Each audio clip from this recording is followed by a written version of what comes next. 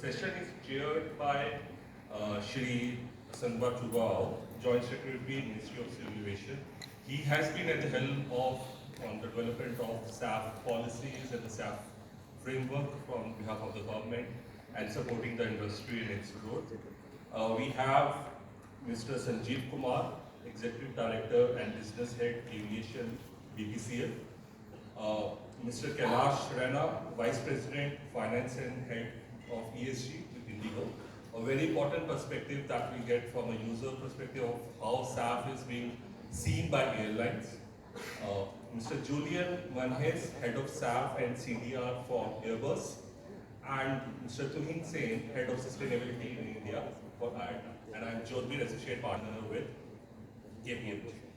To set the context for this discussion, so in the morning session, the Honorable Minister had mentioned about SAF not just being an imperative for the aviation industry in India, but also being a very large opportunity for the sector. And it's an area where we can lead as a country, given that we are amongst the fastest growing aviation markets globally. We are on track to become the third largest aviation market globally. And we also have the basic building blocks which are required for development of SAF, be it in terms of the local demand, the refining capacity that we have in the oil and gas sector, the availability of feedstock in the country, and the entrepreneurial spirit that we have as part of innovation in the country. So given that, there is still a long way to go in terms of the adoption of SAF in India as well as globally. And one of the key reasons for this is the premium which needs to be paid for the adoption of SAF. And in many of the discussions, there have been a range of prices or the premium which needs to be paid in terms of SAF being around 2 to 5 times the cost of the conventional ATF. And today's discussion will focus on what this premium is about and what are the ways and means to address this premium gap. To start off the discussion, I'll request Kailash to come in and share the perspective of the user airline, the most critical aspect as the consumers of SAF, and considering the fact that aviation sector in India is a fast growing sector, right? At the same time, globally, airlines operate at a very thin margin. And how does an airline essentially see decarbonization as a whole? What are the options which are available for an airline for decarbonization? And where does SAF fit in this whole picture of decarbonization from an airline's perspective? Thank you, Jodhbir, and good afternoon, everyone. So let me start by saying that we operate in a very hard-to-beat sector. Now, every time we have to fly an aircraft, actually we burn fuel, and that's pretty much the precondition for the aircraft to fly. Now, when we look at, and I'll start with by answering the whole decarbonization part of the question first. Now, what are the levers available to an airline, and what is its circle of influence? It's very important to understand, because then you get a better picture of as to how does one thing when they are operating in airline. So first and foremost, and the strongest lever that we've got with us, which is within our circle of influence, actually is the equipment or the aircraft that we fly. Now, if you fly a next generation aircraft like an Airbus A320neo or a 737 MAX, so it is anywhere between 15 to 20% more fuel efficient compared to an earlier generation aircraft. So that's the starting point. Now, being a numbers guy, so what I would do is that I would try to draw an equivalent of blending into the equation. Because if you were to look at an LCA value of, let's say, SAF is 80%, there would be an 80% reduction in the overall emissions. So by flying an aircraft which is, let's say, 20% fuel efficient, so we are already looking at roughly around 25% blending already. Just to set some context, because we are talking about 1% blending, 2% blending, 5% blending. But by using, every time you fly with an aircraft like Airbus A320neo, so you are actually already contributing at a level of 25% of blending. if the LCA values were not 80%, if they were 50%, to make it even sound simpler, so there's a 40% revenue impact we're actually giving. If I were to look at the base case or the use case for Indian industry, my take is that the fleet that we are flying, the composition of next generation aircraft in India would be anywhere between 60 to 70%. So I think that's the kind of composition we are talking about.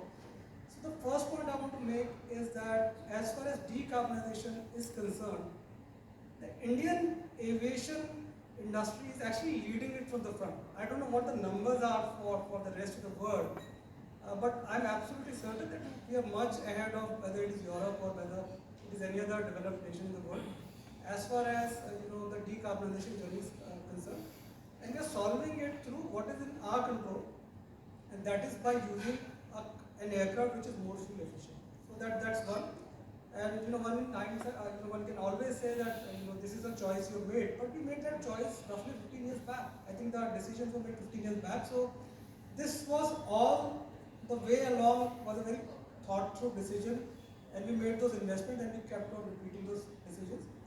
And as a result, that kind of places us in a certain position of strength. Now, in addition to that, as an airline, what we do is actually you densify the fleet to the extent possible so that the GHG intensity kind of improves. So, if you look at a typical aircraft that we fly, so you'll find it, we max it out in terms of numbers of seats. And then you kind of couple it with following to the best possible or the most optimum possible position on adherence to what the standard operating procedure should be in terms of most economical or most green flying that is possible. So you kind of optimize the largest extent. Now the second part of solving for decarbonization, and which is an emerging area, which is SAF. Now SAF will become mainstream as we are able to solve for two parts of the problem. One is the accessibility, which at this stage at least is low. Because if I were to look at the last year's number, I think SAF has an overall as a percentage of ATF production was only 0.3%, and this year it is supposed to be 0.7%. So availability globally is low. It's not India, but globally the availability of SAF is low. But we do expect that is going to solve over a period of time. And the second important point in relation to SAF is affordability. I think in the earlier session, another airline representative Nilla mentioned it already that if it is affordable, airlines are more than happy to kind of adopt it, because we feel that instead of putting in a fuel which is, let's say, ATF, we are more than happy and willing to put in a fuel which is SAF, provided the price points are very convergent. Because otherwise, what happens is that what kind of solves for one problem creates another problem, and that is a cost problem for the industry. And eventually that translates into either you absorb and you end up absorbing a lot of that cost. And if you start passing on a part of that cost to customers, then what you suddenly realize is that your load factor starts to diminish, depending on what is the kind of pass on that you actually carry on. Now coming back to what Jodhbir asked me, that what could be the potential ways. We haven't tried and tested anything out whether passing it on to customers, whether corporate or otherwise, will work or not. There is some precedence which is setting out in Europe now, where companies like Lufthansa, airlines like Lufthansa, they've tried it out. But it is still early days, and we don't have visibility to data as to the extent it has worked or not worked. While many times the argument is that corporates at least can absorb, but it's a wide definition. So there are these, in Indian context, if I look at, so there are big corporates, there are large ticket IT companies, there are consulting firms, which will be more than happy to kind of bear some burden of cost as far as SAF is concerned. But then there is a large population of MSMEs who are, like all of us, are growing as the economy grows. So they might not be in a similar position as large corporates with their resources that are available to them. So it's a little difficult to kind of make out as to what could be a plausible way of passing it on. But let's say if the affordability part of the problem was solved, then it creates a real win-win for everyone. That is what I would want to use. Thanks Kailash for the perspective. Two key takeaways from that. One, you mentioned that Indian Airlines are already leading from the front in the areas which are in their control, be it in terms of getting fuel efficient aircrafts or having efficient processes. And I think we are the pioneers in many of the initiatives or processes which have come into the industry. And second part, which you had mentioned around Indian Airlines being keen to adopt SAF, but affordability is the question, right?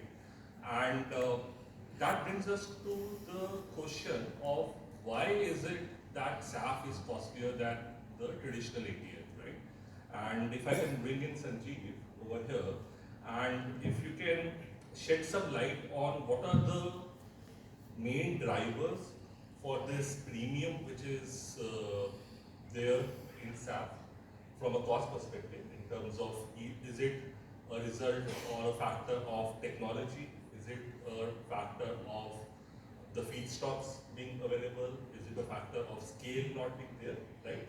And when we look at these drivers, what are the mechanisms which can be put in place which can bring down the cost for SAF?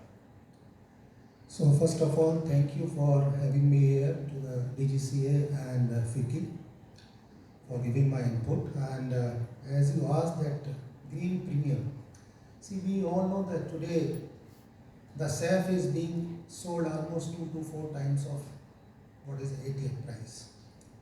And when we are looking forward, what should be a different component for making this premium low and how we can work upon that.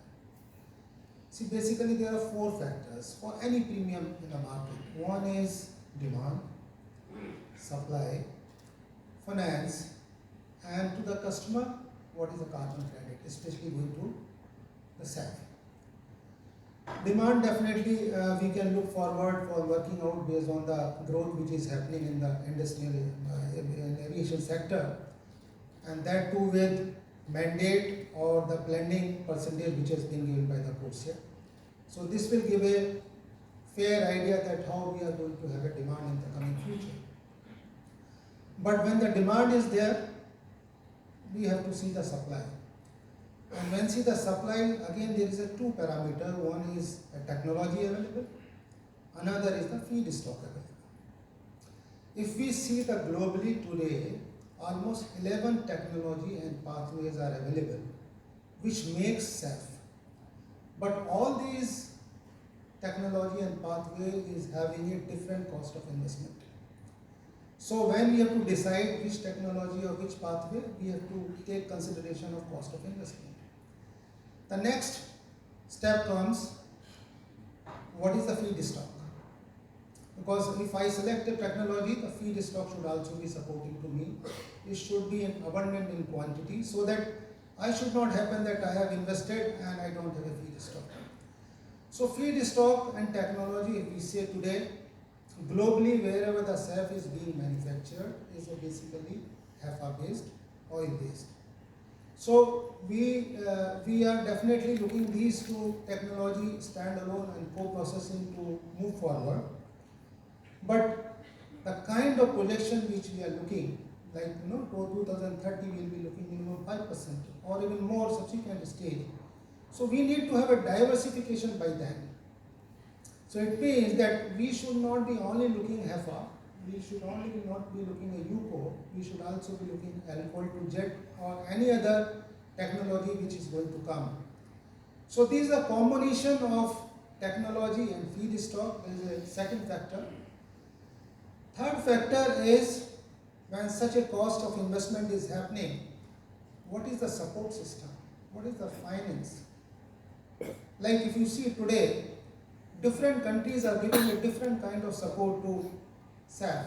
If you see the US, they are following the GREET model and also CORSIA.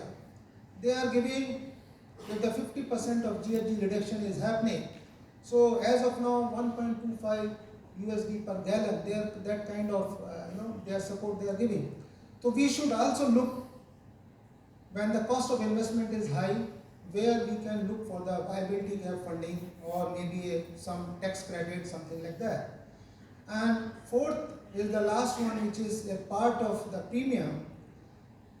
That is basically what carbon credit certification you are giving to the customer. That is a very important factor, because wherever in the developed countries they are, and the SAF is already being implemented, they are looking their CI index always to improve. We in fact also talking with some of the people, like we have spoken to the Urban Lab, and when they are working a LCA analysis they are working. We said in US, where the most of the CI value, LCA values, default values you are giving, but in India and in the US or advanced country, most of the farming happening with mechanized equipment. There again there is an emission. But in India, we are not using such a mechanized equipment. So my LCA should be much better. So tomorrow if I give my actual LCA, so my carbon credit will be much better, and it will be helpful for reduction of the premium and helpful for my airlines when we take all this combo. Yeah, thank you.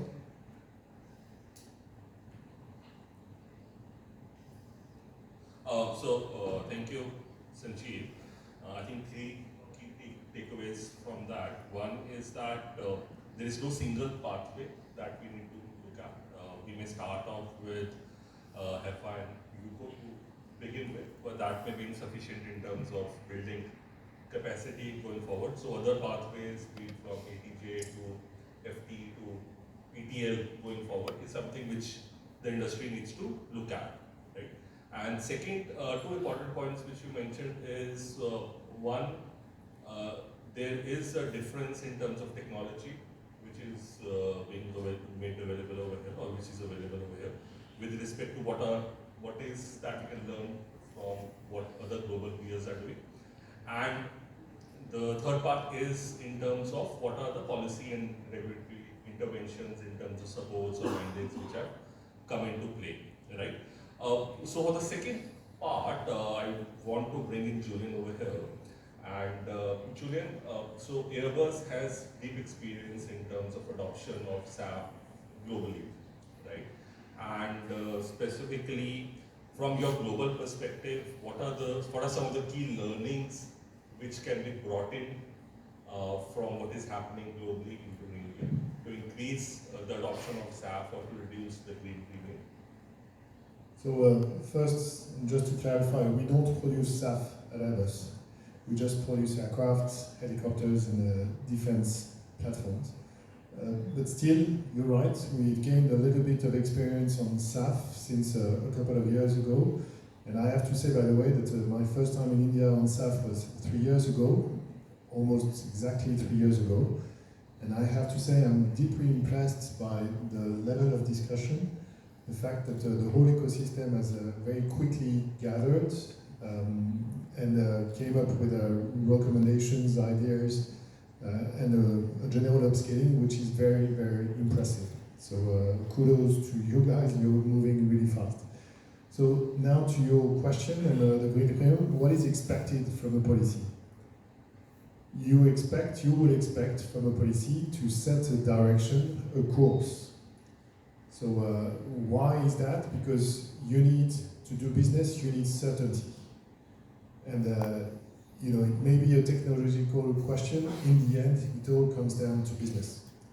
It is a question of making a new value chain emerge. So you need certainty and you need policy to set that certainty. So already having a 2030 landmark is great. Going beyond to 2035 and 2040 and beyond is the next step and would be ideal. And then you need a policy that is helping removing the roadblocks for the adoption of SAF. And look at the panel, look at the previous panel, where India is great, is that all the stakeholders of the value chain are willing to go on SAF. But we now have a clear view on what are the roadblocks. And that's where the policies need to help in removing, partially or fully, the roadblocks. And the roadblocks are on affordability, as you said, and what we've seen that works really well in other parts of the world is a supportive mechanism towards production. Because let's not forget that the reason why SAF is more expensive than conventional aviation fuel is because conventional aviation fuel has zero capex, more or less. All refineries are amortized fully, so the capex share into ATF is virtually zero. So you need to help the private sector make that investment and amortize more quickly the capex. So it can be a preferential loan, it can be grants, as I mentioned in the previous panel. It can be all sorts of mechanisms that will help the capex to be smaller or the capex costs to be smaller. And then on the OPEX, what makes the variable cost of SAF, there is the feedstock price. And this is where governments, policies can help as well in securing the volumes and also putting price boundaries on the feedstock, so that the feedstock cost, which is the primary cost of SAF for HEFA and ATJ to a lesser extent, is controlled as a result. So that's supportive mechanism for production, and finally, there can be supportive mechanism for demand. Because you heard Jürgen Westermeier this morning calling for us all, when we fly on business, to buy our share of SAF. Well, if we want to do so, it would be good to have that support from the government that allows us to qualify as a CSR mandate. Because then you kill several birds with one stone. Not only you are helping the companies like Airbus and the others to fulfill our CSR mandate, you also help a new industry in India to emerge. So what I'm trying to say here is that there's unfortunately no silver bullet, but what we've seen in other countries is that by working with the different stakeholders of the country, you can come up to something which is specific to the country and something that helps both the demand to emerge, but also the production costs to reduce and the demand to go faster than what you would normally get. So, thanks, Julian. And like you said, there is no silver bullet which is available, but there are multiple areas that we need to tackle, right? And I think if you were to split this into three parts, three areas which need to be tackled. One is in terms of overall support from a policy mandate or from the supportive framework perspective, which looks at the overall growth of the nascent industry. And one of the aspects that you had mentioned is of the use of CSR funds as well, right? And then there are also multiple initiatives which some of the other countries which they have taken, right?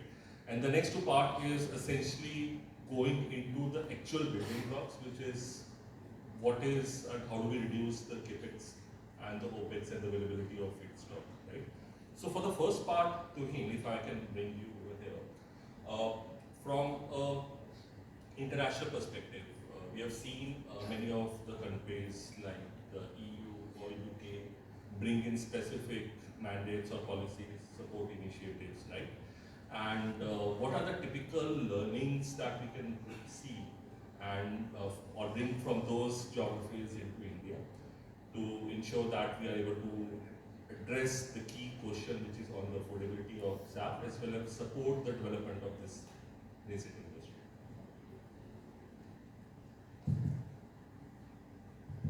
Are we audible at the back? Yes. Well, thank you very much. So to start off, mandate without incentives are a no-go area. And I'll elaborate that all of you who have tracked the EU and the UK markets now know very clearly the negative or the unintended consequences of the EU or the UK mandates have pushed up the costs of SAF to a point where it will hurt the airlines at some point in time. And just to bring it back to India, in India, ATF costs constitute 44% of the operating costs. Globally, it's about 34%. And that's an important differential to bear in mind. Now, when you talk about mandates, we as an organization would prefer that the technology push or the incentive that comes along with producing SAF should precede the mandate, so that there is the enabling conditions by which we create SAF and make it available for every consumer, which are the airlines, to buy. To cut a long story short, the unintended consequences of mandates would be better not repeated in India, because the externalities would be such that it would probably hurt the business case of our airlines. And that is something we should all bear in mind. In India, aviation is just not a business, it's an enabler of connectivity. And as we all know, it's an important enabler for Indian development and growth. I just want the audience and everybody here to bear that in mind. That it's just not a service, it's a bit more than that. Thank you. Thanks, Sunil. So what we've said is that while there were mandates which have been put in, as for example in EU, but there have been unintended consequences of such mandates, right? And what's needed is that the incentives for technology should precede such mandates coming in place, right? So we need to first bring down the cost of production of SAF and increase the affordability of SAF before such mandates are essentially put in place, right? So looking at this question and coming back to you, Sanjeev, if the approach has to be to reduce the cost of production of SAF, right? Both from a capex perspective and an opex perspective, including feedstock perspective. What is that which needs to be done? Is it from a scale perspective, or are there technologies in the horizon which will bring down the cost of production of SAF? How do you address the question on the feedstock diversification and ensuring that feedstock essentially can be collected in a cost-effective way?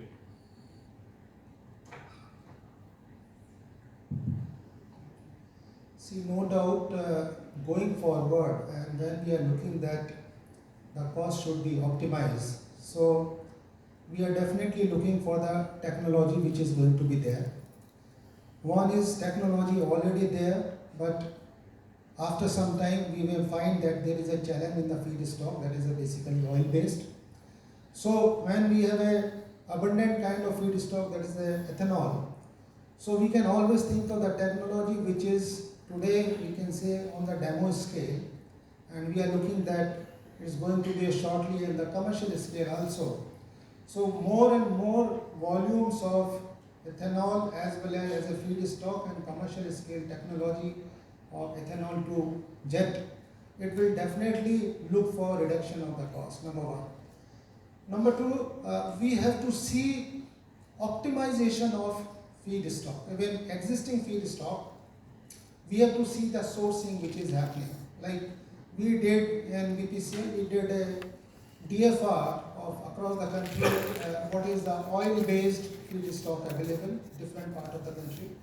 And based on that, we have to identify logistically which can give a lower carbon emission as well as best of the cost.